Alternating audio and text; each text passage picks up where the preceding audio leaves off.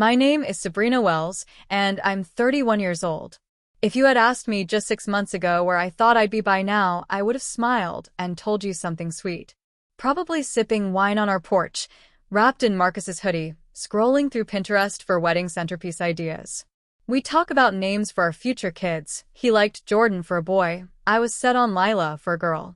We weren't perfect, but we had history. Nearly 4 years of it. The kind where you can't really tell where your life ends and his begins. We'd weathered his job loss in 2022, the death of my dad, a 2-month separation that somehow made us stronger. Or so I thought. That week started like any other.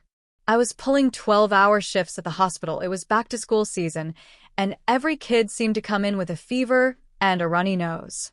I barely had time to eat, let alone think.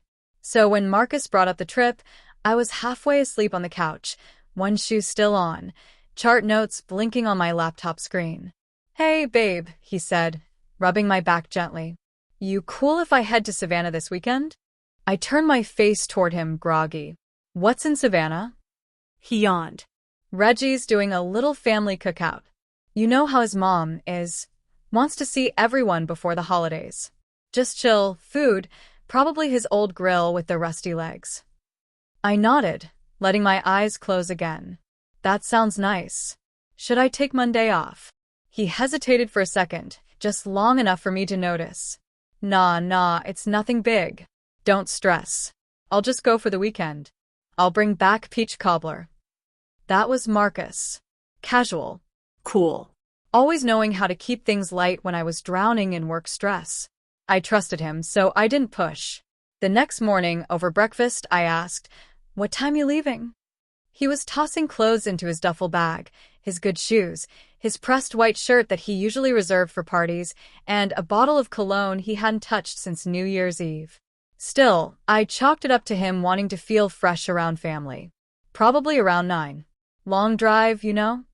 I leaned on the doorframe of our tiny shared bedroom, sipping my coffee. "Tell your mom I said hi." He smiled, grabbed his bag, kissed me on the forehead. "Love you." "I love you too," I said automatically. And then the door closed. It didn't feel significant. Not like a goodbye.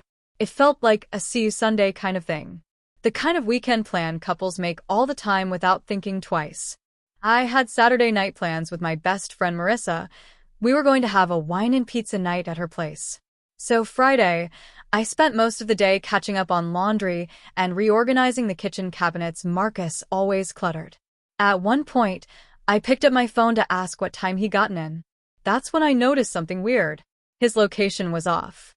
We had location sharing turned on for safety, his idea actually.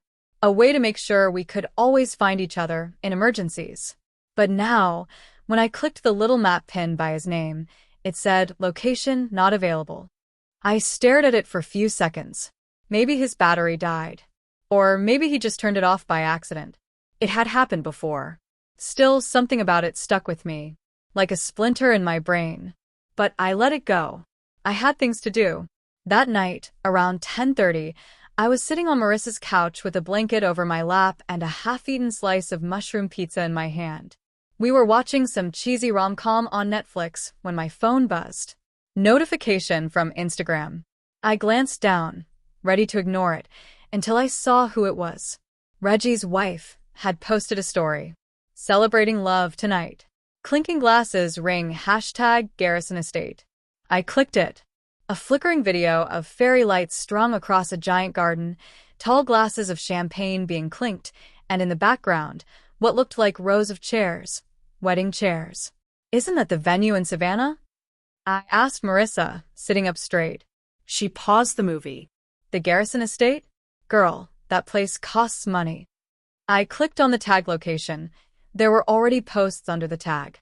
I scrolled, heart pounding. White rose petals. Linen draped tables. A cake that looked like it belonged in Bride's magazine. "Wait," Marissa frowned. "Didn't Marcus say this was just a cookout?" I didn't answer. I was already texting him. "Hey babe, everything okay? Looks pretty fancy down there, LOL." No reply. 5 minutes passed. 10. I tried calling. Straight to voicemail. My chest tightened. It could have been anything. Maybe he was just busy. Maybe he left his phone in the car. Maybe I was overthinking this. But deep in my gut, where women feel things they can't explain, I knew something was off. I clicked on Reggie's wife's profile again. This time I saw a group photo from earlier in the day. Everyone dressed in white. A huge floral arch in the background. Someone in the comments said, "Can't believe it's finally happening. Congrats Marcus and Sherelle, 2 hearts." I stared at the screen. Heart pounding. My fingers froze above the keyboard. Did I read that right? Marcus and Sherelle. I didn't know a Sherelle. I'd never even heard that name in his mouth. That's when my hands started shaking. Because it wasn't a cookout. It was a wedding. And I was home, doing his laundry. I couldn't sleep that night. After seeing that caption, "Congrats Marcus and Sherelle, 2 hearts," my mind just stopped. I stared at my phone for what felt like hours.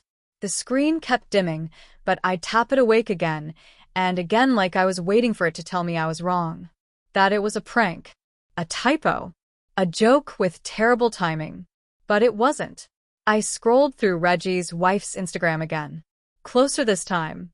Zoomed in. Froze the video. And there he was. Marcus. My boyfriend. My live-in partner.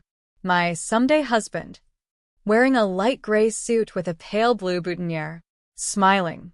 Kissing a woman I'd never seen before under a canopy of white roses. Her dress shimmered in the sunlight. My chest felt tight. My ears rang. My fingers went cold. I couldn't think straight. "I have to go," I whispered to Marissa, who had already paused the movie and was watching me with wide, careful eyes. "Go where?" she asked. "I don't know. I was already grabbing my keys and shoes." He said it was a cookout.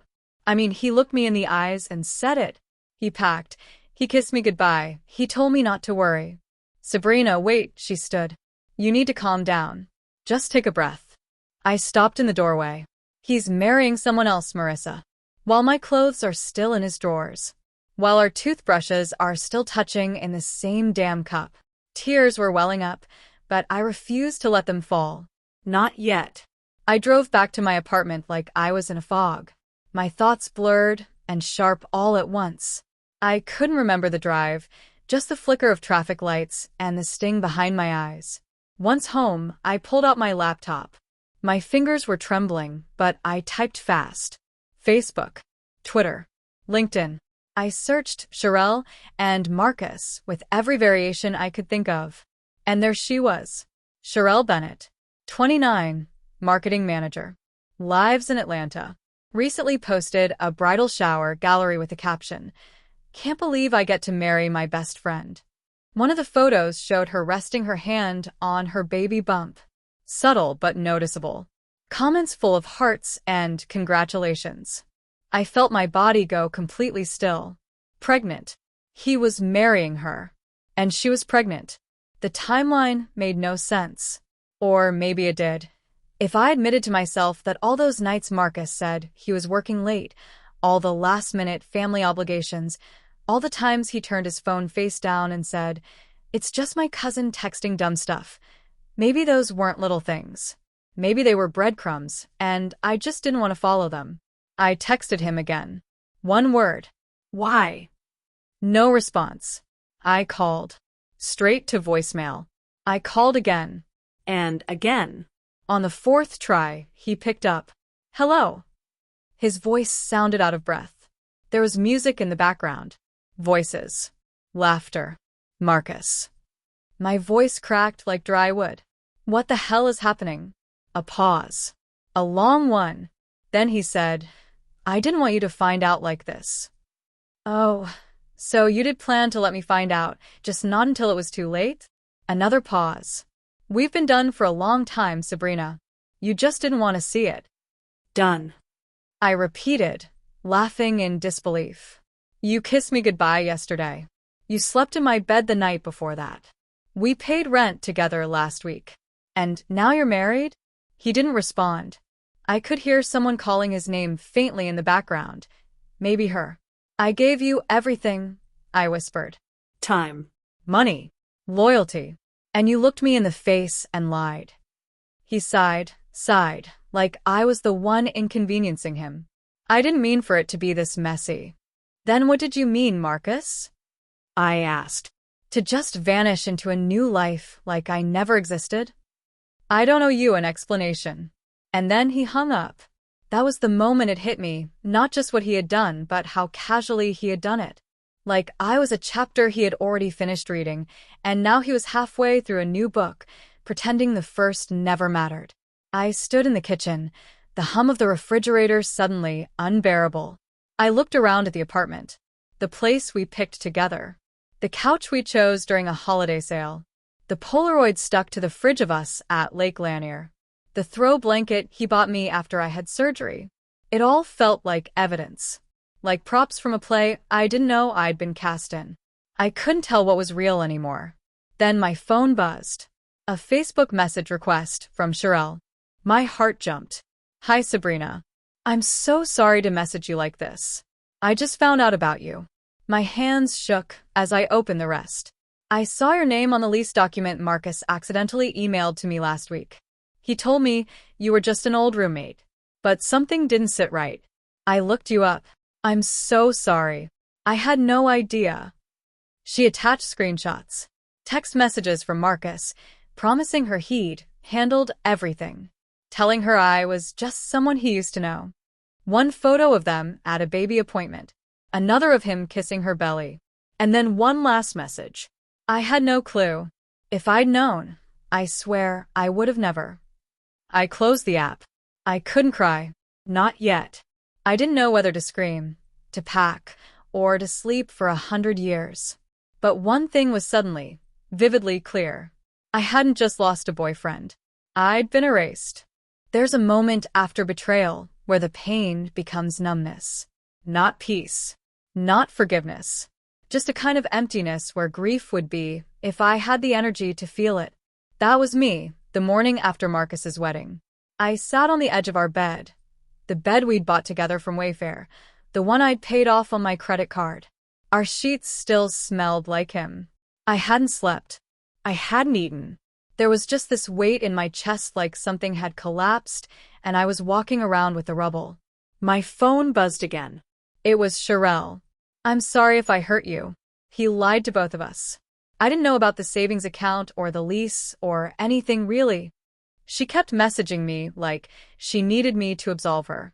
But how could I when I still hadn't made sense of what happened? Part of me wanted to scream at her. Another part wanted to hug her. But the biggest part of me just wanted it to all go away. I stood up slowly and walked into the living room, dragging a blanket around my shoulders like armor. I looked around at what had once been ours. The coffee table he always stubbed his toe on. The photo from his cousin's wedding in 2021. I was still in that picture, smiling, my hand on his chest. And now he was in another wedding photo, this time with a different woman. And not just another woman. A wife. And she was having his child. I sat on the floor. That's when the spiral started. I thought about the little things he said that didn't make sense at the time. My phone's acting weird again. Don't wait up for me. I've got drinks with Reggie. That baby onesie? Oh, it's for my coworker's baby shower. Lies.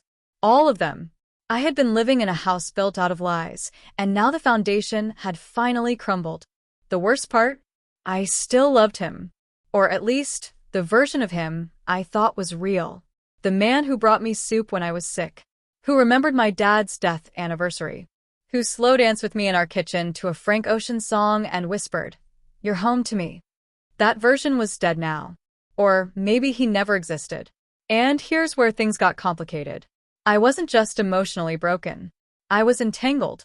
We had a lease in both our names. A shared savings account. I'd even paid his car note twice last year when he was between jobs. Financially, emotionally, logistically, I had built a life with this man. And now I was sitting in the ashes of it. But I'm not stupid. And I'm not soft. I took out my laptop and logged into our online banking. The joint account. $13,440.27. Most of it from my last 6 bonuses, and the tax refund I never saw a dime of. I looked through our transaction history.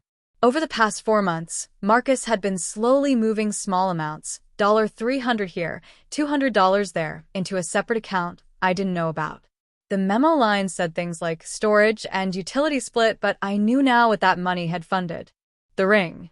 The venue. The wedding. I sat in silence, then picked up my phone and called my cousin Jasmine. She's a paralegal, and she's got fire in her blood. Say less, she said after I told her everything. You have proof? Screenshots? Email confirmations? Texts? Bank records? Yep. Everything. Then it's yours, girl. Transfer every damn penny. And document it. I moved the money. Every legal cent into my own account. I made a spreadsheet of every expense I'd contributed toward since January. I drafted a simple email and sent it to him and Sherelle both. Subject: account separation and outstanding balances. Marcus. Per our joint financial agreements and based on my contributions, attached, I have legally withdrawn my share of funds from the joint account. The remaining balance is $47.22. You may retain it. I will be vacating the apartment by Friday. Lease transfer paperwork is in motion. Sabrina. He didn't reply, but I know he saw it. The bank pinged a notification that the password had been changed an hour later. Coward. Later that night, I started packing. I didn't pack emotionally. No folded shirts with tears streaming down my cheeks. I packed like a soldier. Bags. Boxes. Labels. Trash pile. Donate pile. Take it all pile. Marissa came over and helped. She didn't ask too many questions. She just handed me wine and made me laugh once or twice when I forgot how. I can't believe he had the nerve to act like you were the problem, she said, holding up a photo of Marcus and I from 2 summers ago. He's not even that cute. We both laughed. And for the first time in 48 hours, I felt something other than heartbreak. I felt clarity. This man didn't just betray me. He used me. And the woman he married? She had no idea who she married. But she would. Eventually they all do. By Thursday afternoon, I had everything packed. It took me 5 trips in my cousin Jasmine's SUV to clear out my half of the apartment, though really, most of it was mine anyway. The TV, the dishes, the couch, even the damn rug we argued over at Target, but that I ended up paying for. Funny how the things you build with someone suddenly become inventory. I didn't leave anything behind except for one framed photo. It was the first picture we ever took together, at a state fair the summer we met. I left it face down on the kitchen counter. No note. Just that image of us grinning wide, frozen in a moment that no longer belonged to either of us. I locked the door and dropped the keys through the mail slot. And just like that, it was no longer my home. Over the next few weeks, the silence was loud. Marcus never reached out. Sherelle messaged me twice. First, to say she left him. Then again, to apologize again. I didn't respond. I didn't need to. We were both victims of the same man, and honestly, I hoped she'd figure herself out without needing my forgiveness to do it. I moved into a small 2-bedroom apartment on the other side of town with Marissa. It wasn't fancy, but had sunlight and hardwood floors and a sense of starting over I didn't realize I needed. I went back to work at the hospital and poured myself into my patients. I started therapy. On Tuesdays, I'd walk to the corner bakery and sit with my coffee and journal and just breathe. For the first time in years, my life didn't revolve around someone else. And that's when the anger started to fade and the power started to return. Because here's what most people don't realize. Revenge doesn't have to be loud. It doesn't have to be yelling in someone's face or ruining their life on Instagram. Sometimes, revenge is silence, distance, leveling up while they drown in the mess they made. But I had one last card to play. See, when Marcus and I lived together, I helped him build his credit. Co-signed for a new line on his phone plan. Helped him write a resume that eventually landed him a marketing job at a regional firm called Gray and Archer. And that job, it required integrity clauses, a clean background, and no overlapping romantic entanglements that could put the company's image at risk. So I gathered every screenshot. The wedding date that overlapped with our active lease. The utilities still in both our names. Photos of us together from just weeks before the wedding. One showing us attending a friend's birthday dinner, arms wrapped around each other like any happy couple. I didn't do anything illegal. I just sent one email. To HR. I didn't hear back, of course.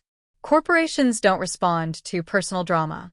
But 2 weeks later, while scrolling LinkedIn, I saw Marcus's profile had changed. Former marketing strategist at Gray and Archer. Not current. Former. No explanation. Just the quiet removal of a title he'd bragged about for 2 years. I didn't smile. I didn't gloat. I just closed the app and took another sip of my coffee. He'd always told me I was too emotional, that I overreacted, that I wasn't strategic enough to think big picture. Turns out, I'm exactly that. Months have passed now. I'm not going to pretend I'm completely healed. There are still nights I wake up and wonder if I missed something, some sign that could have saved me. There are still songs that remind me of that day he kissed my forehead and walked out the door, dressed for a wedding I wasn't invited to.